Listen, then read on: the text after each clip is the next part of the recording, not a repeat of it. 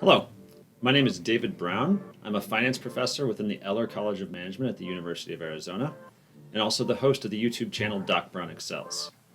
In this video, I'm going to walk you through the case Square of Fortune from a recent Global Excel Summit that I competed in.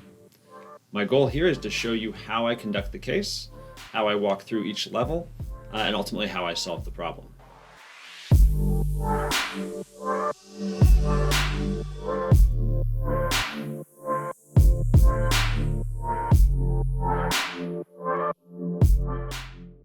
The idea of the game is that players take turns guessing letters.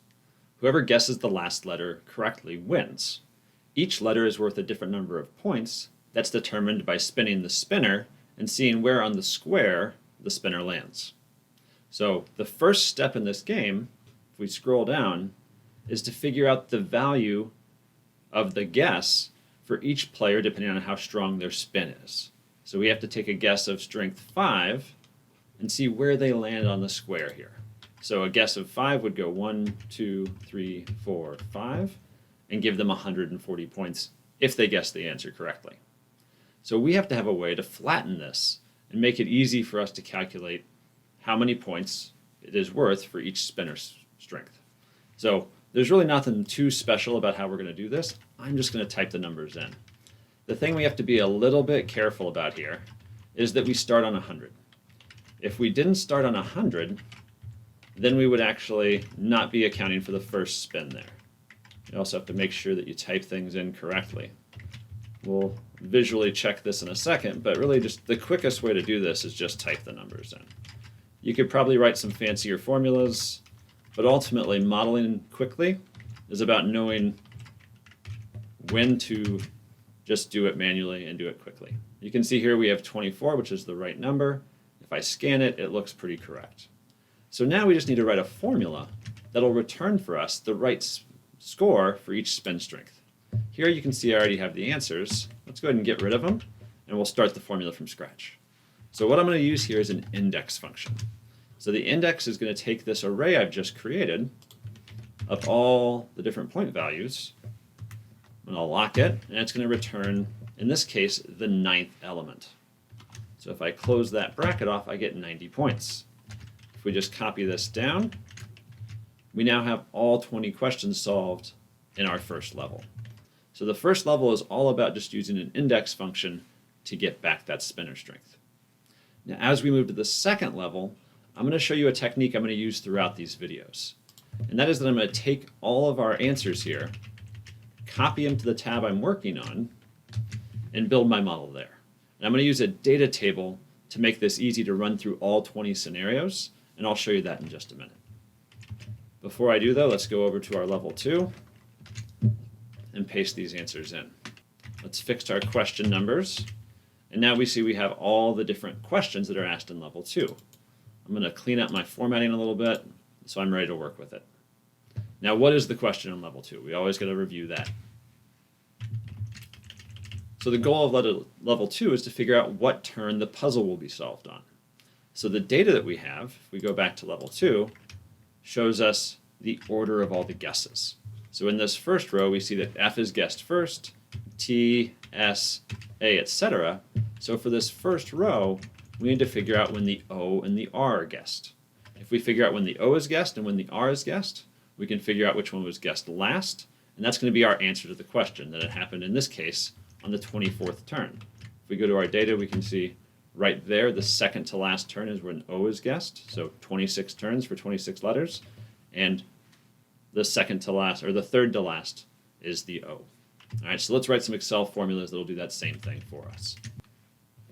But before we do that, I'm going to set up my model to actually allow for the dynamic use of a data table. And the way I'm going to do that is I'm going to come down here, and I'm going to set up some indexing formulas. All right, I'm going to set up this 0. You'll see why in just a second. I'm going to highlight it yellow to indicate that it's an input to myself. And then I'm going to start working on pulling this data here. So the idea is I'm going to create one row with the data I want to work with, and this cell is going to control which of those different rows of our main data set I'm using and calculating in the model. So the way we're going to do this is with an index function. We're going to index over this entire data array. So including all the spinner strings that we don't have yet, plus letters. So I'm going to lock that. And what I want to return is I want it to return the row that is my control cell plus 1. So 0 is going to signify the test case, and then 1 will indicate the first case in the model. So let's set that up. I'm going to start out with column number 1. So we see we get the OR from at the top. If we go down to case 20, we should see the word workday, which is what we get.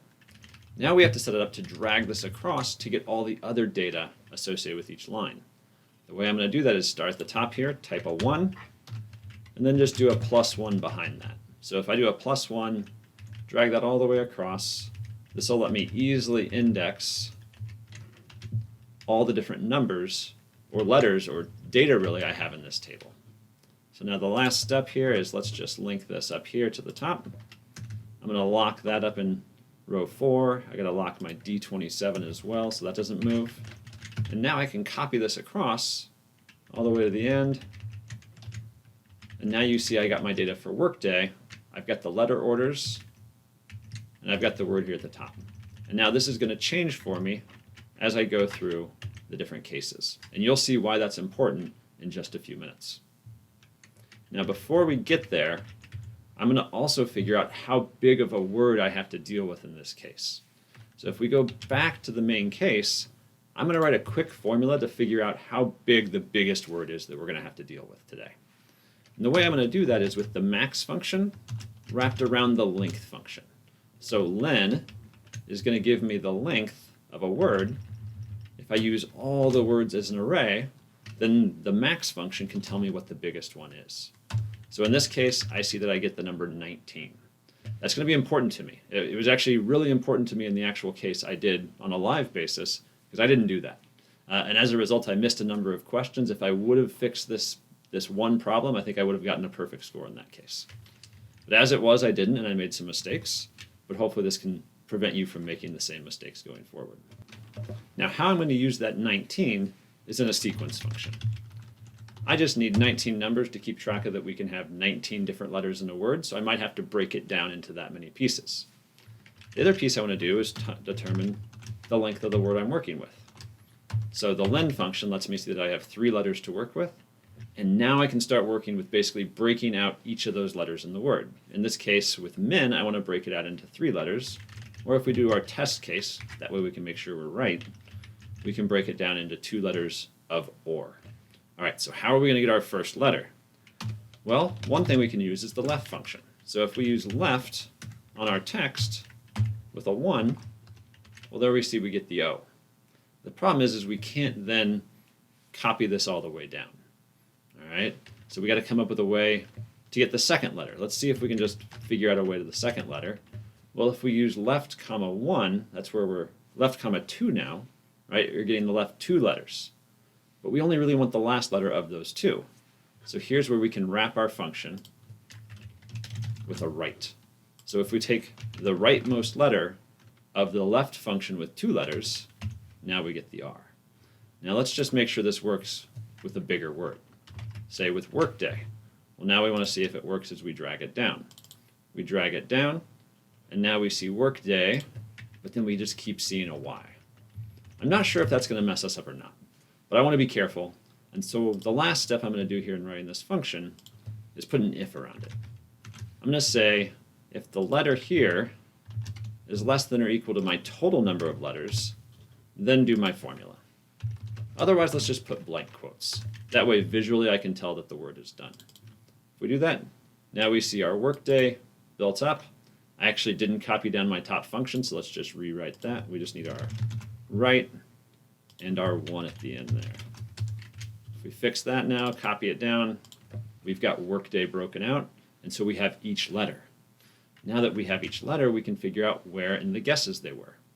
How do we do that? Well, here's where the match function comes in. So we can match our W and figure out where in our array, way over here, it fits.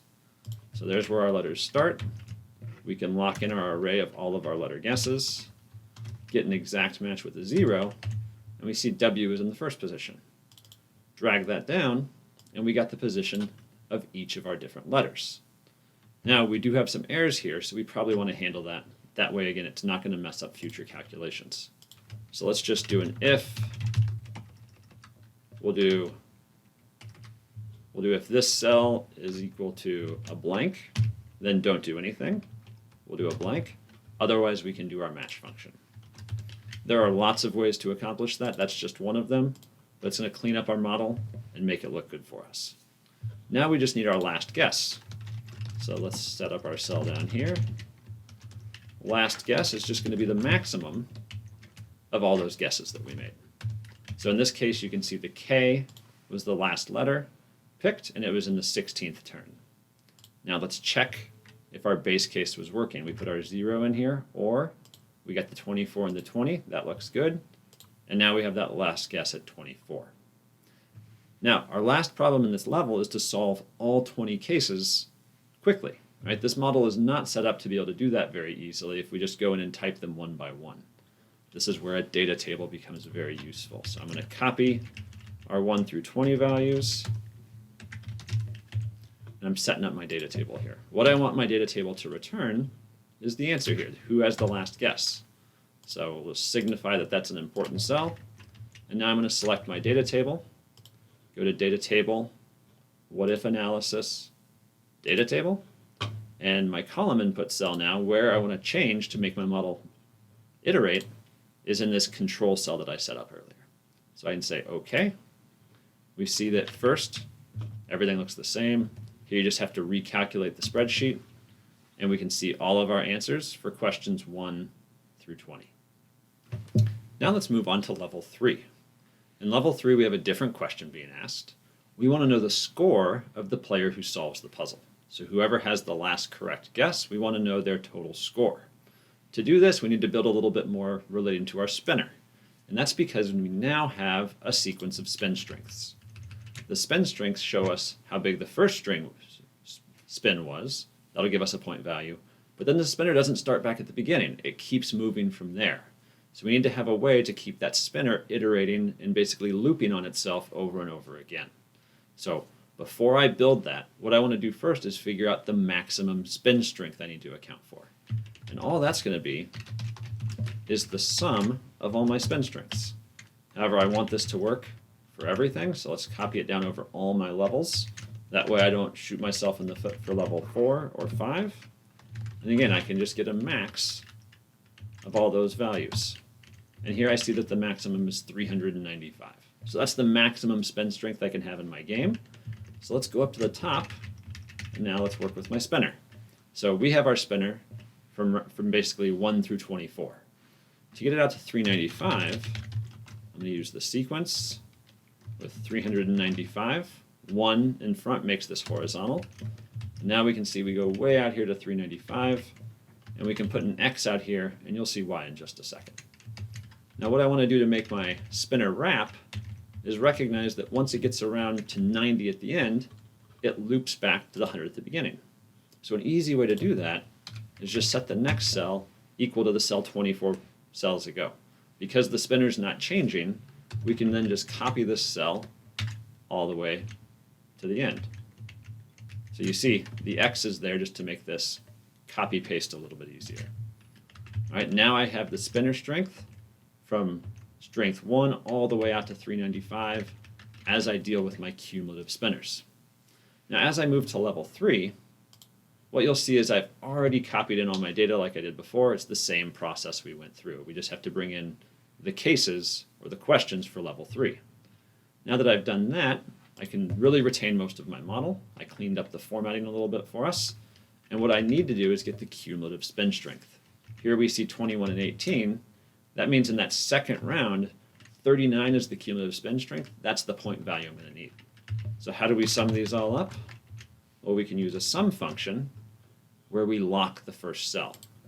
Right? By locking the first cell, as we drag this to the right, it's going to keep the starting position fixed and then add one cell each time. So it's always adding up everything that came before plus the new cell it's on.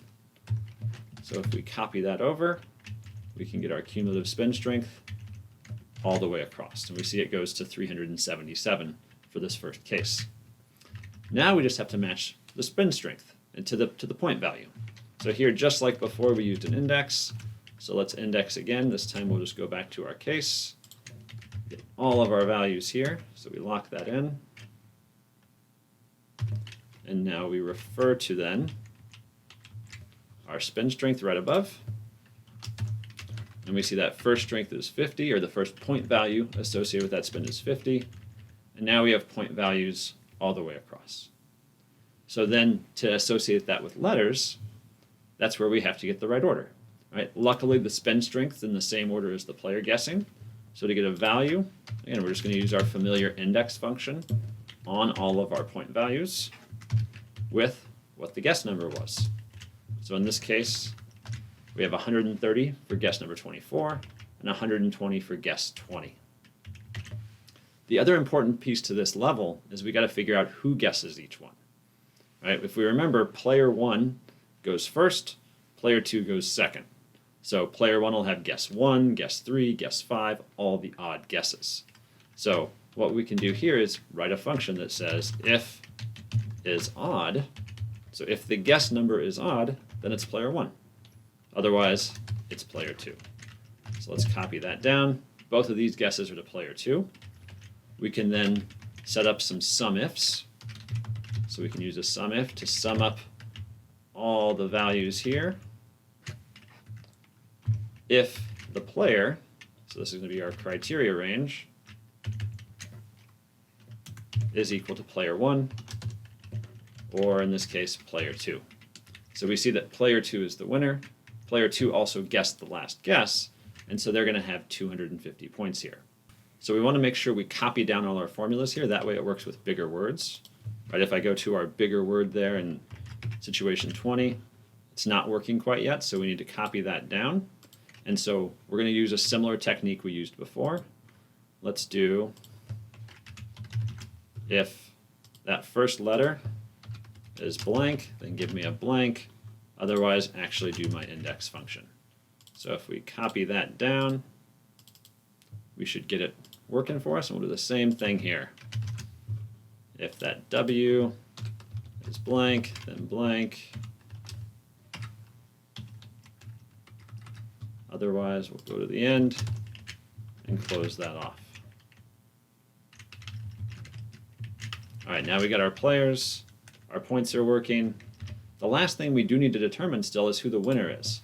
Because just because, in this case, player 1 has more points, it doesn't mean player 1 wins.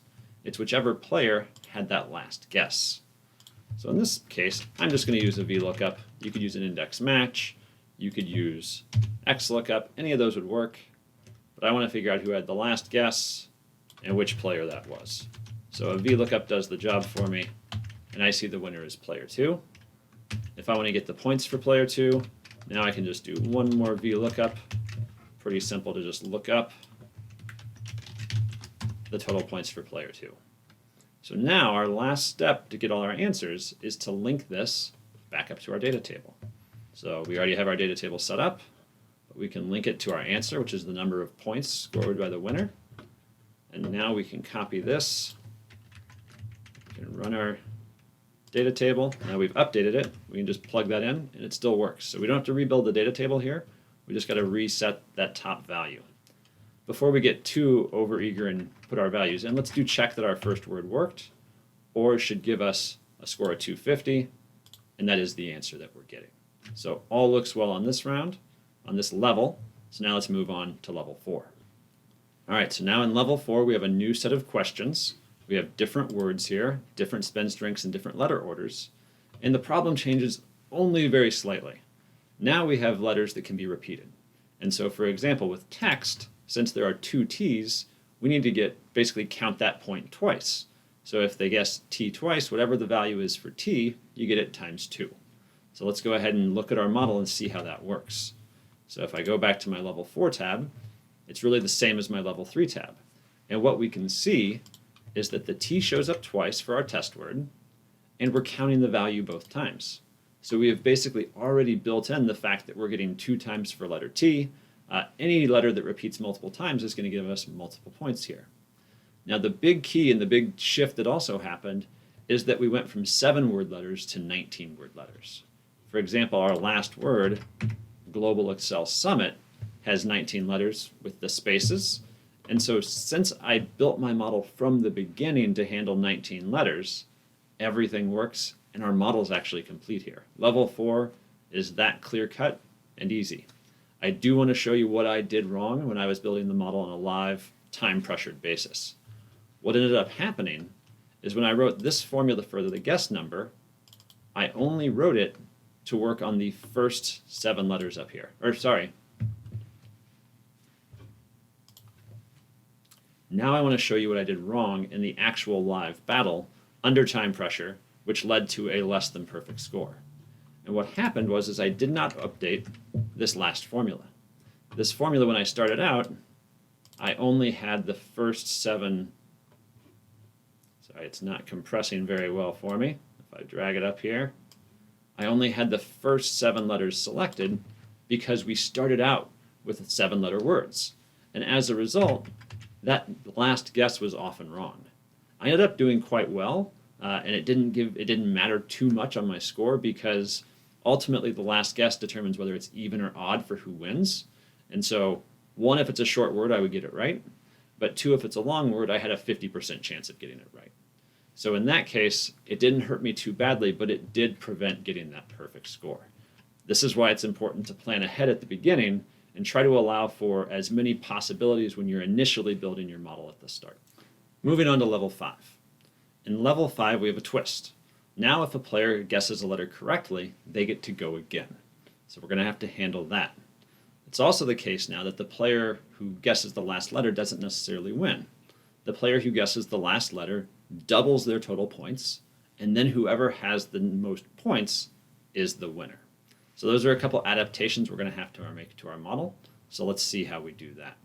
So I'm going to start with the format we had before. We're not going to have the raw points and final points yet because the model is going to change quite a bit. But what I'm going to do is start with our letter order and our guessing. So I want to put the 19 possible letters in order. So we know we have 19 letters. And now we got to put them in order from smallest to largest. Right over here with our test value, we see that the guesses occur 9, 13, 13, and 24. We got to find a way to put those in order. So what I'm going to do is use the small function. So if we take the small function on our array and we get the first value, right? We just take our order. Well, the first value, the smallest one, is 9. We copy that down. We get 9, 13, 13, 24. Now we just have to clean it up a little bit so we don't have errors. So I'll say if error, let's just give it empty quotes. So now we've taken our guesses and we've put them in order. Now we need to get our turn order. So we know there could be as many as 26 turns. So let's get 26 turns here. And we got to figure out which player takes each turn. Now we know player 1 takes the first turn. Now the second turn, if player 1 got it correct in the first turn, it should be their turn again. So what we need to do is we need to see if there was a correct guess in turn 1. The way we can do that is we can try to match on the previous turn and see if it shows up in the order of our guesses. We're going to do an exact match. In this case, it does not. So if it doesn't, we want to switch the player order. If it does, then we want to continue whoever's turn it was. So to change this, to fix it then, we're going to say if there's an error here. So if it's an error, that means it was not a correct guess. Then we're going to say, well, if the previous player was equal to 1, then it's player 2's turn. Otherwise, it's player 1's turn. So here we're just switching the order of the turns. But if it was correct, now if that match actually found something and is not an error, then we just want to return the same player. So in this case, we switch turns. Let's copy it down, and we can see turn 9 is our first correct guess. Player 1 gets it right, and then player 1 goes again. We then have player 2 go. We alternate. Then we see player 2 guesses 13 correct, so they get guess 14. So now we have the player guesses down from turn 1 down through 26. Now we got to figure out which letter gets called in each of these turns. So here, I'm just going to stick with my old classic VLOOKUP. So I want to look up the turn order. Oh, VLOOKUP's not going to work anymore, is it? Because we have our array structured such that the guess number is to the right of the letter, since we have our data organized such that the guess number is to the right of the letter, VLOOKUP's not going to work for us. So instead, let's go with the new XLOOKUP. We're going to look up our turn order. We're going to look it up over here in our guesses, and we want to get back the letter. So we're going to get some errors here. So let's say if error, we're going to come over here and put our quotes, and we'll copy that down. We should see E, T, and X are guessed. That looks good. Now we do have to make sure we get the number of times correct, because over here we counted them multiple times. We need to make sure we get that same logic applied here. So our number of times, we're just going to do a COUNTIFs. So we're going to count how many times that letter shows up over here. If we have a letter, here we get a blank for an error, or there are 15 blanks. I don't really want to see that. That could throw things off. So I'm going to say if that is equal to a blank, then do nothing, otherwise do my COUNTIFs to wrap that around. Now we should see our number of times. And now for our points, well, we have our point values over here already, so we can just pull those in. So here we can use our VLOOKUP, where we take our letter called, we look it up over here, and get our points back. We just got to make sure we multiply that by our number of times. Let's clean up our error messages.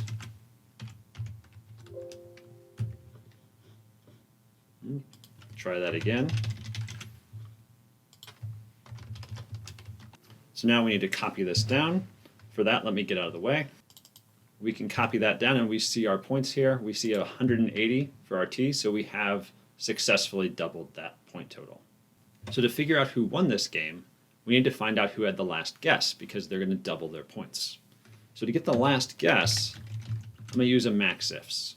I'm going to use a max ifs where I get the maximum turn number, and I'm going to get the maximum turn number where the points are going to be greater than 0.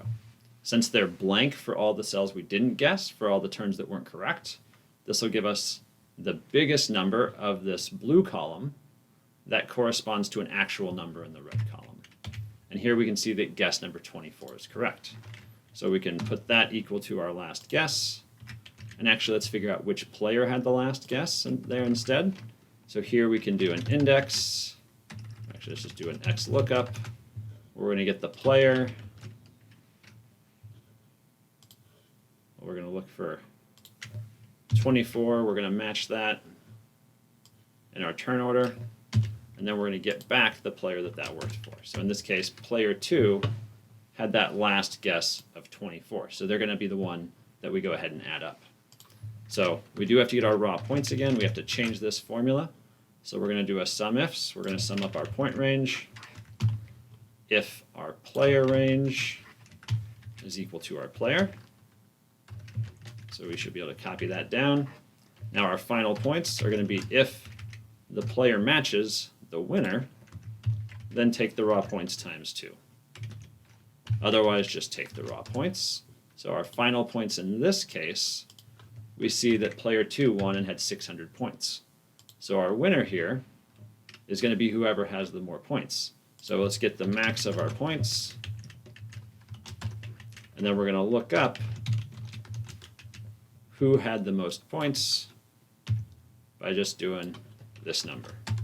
So we see that the winner is player 2 with 600 points. What the question was asking us was, how many points does the player that wins get? So let's come over. We're going to go up to our data table. We're going to set that equal to our answer here. If we hit F9, our data table updates, and now we have our answers for all the rest of the questions. So that was a quick walkthrough of the Square of Fortune case. My completed model is going to be in the links to the video, so feel free to check that out.